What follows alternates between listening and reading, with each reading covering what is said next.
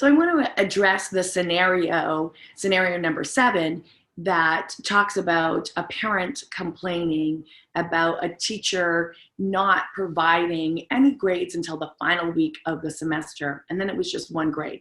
And the complaint was that as a result of that, they had no idea about the progress that their child was making, and then neither the child nor they, as the parent of a middle school child, they didn't then have the opportunity to be able to assist their child in being able to improve that grade before the report card came out.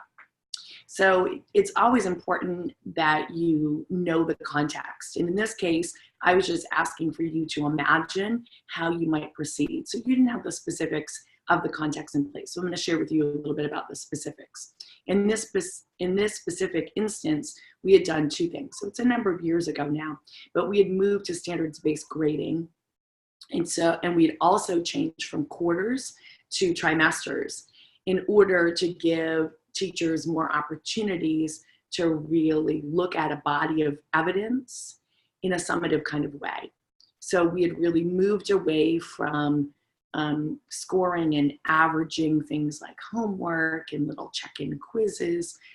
Those kinds of formative pieces of work were used to be able to support students, give them feedback about the progress. So we would often record those in our learning management system, in our online grading tool, but they didn't automatically average in, because the point was about communicating learning and progress towards those important standards, not about counting that in progress work and learning against students.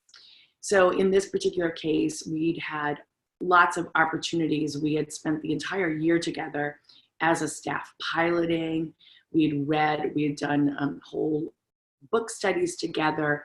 Our faculty meetings were sharing challenges and strengths before then we launched the system. And I'd actually had many conversations with this teacher, and we developed a plan and about how the feedback portion of that was going to look for students. Another important factor in this case is that this was a core teacher.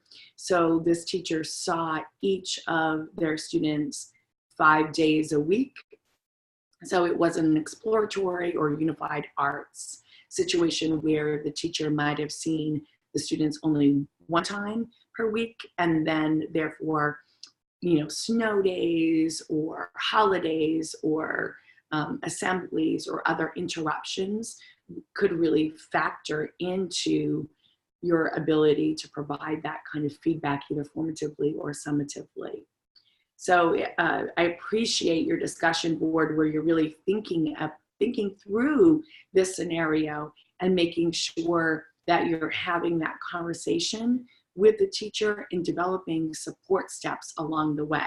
So maybe the supports that were already in place and that I thought we had really worked out, because this was an area of concern for this teacher, it obviously was not enough of supports. And so then being able to make sure that moving forward, that was really clear for the teacher, what the expectations were, and what I could do to be able to support them as we move to this new paradigm.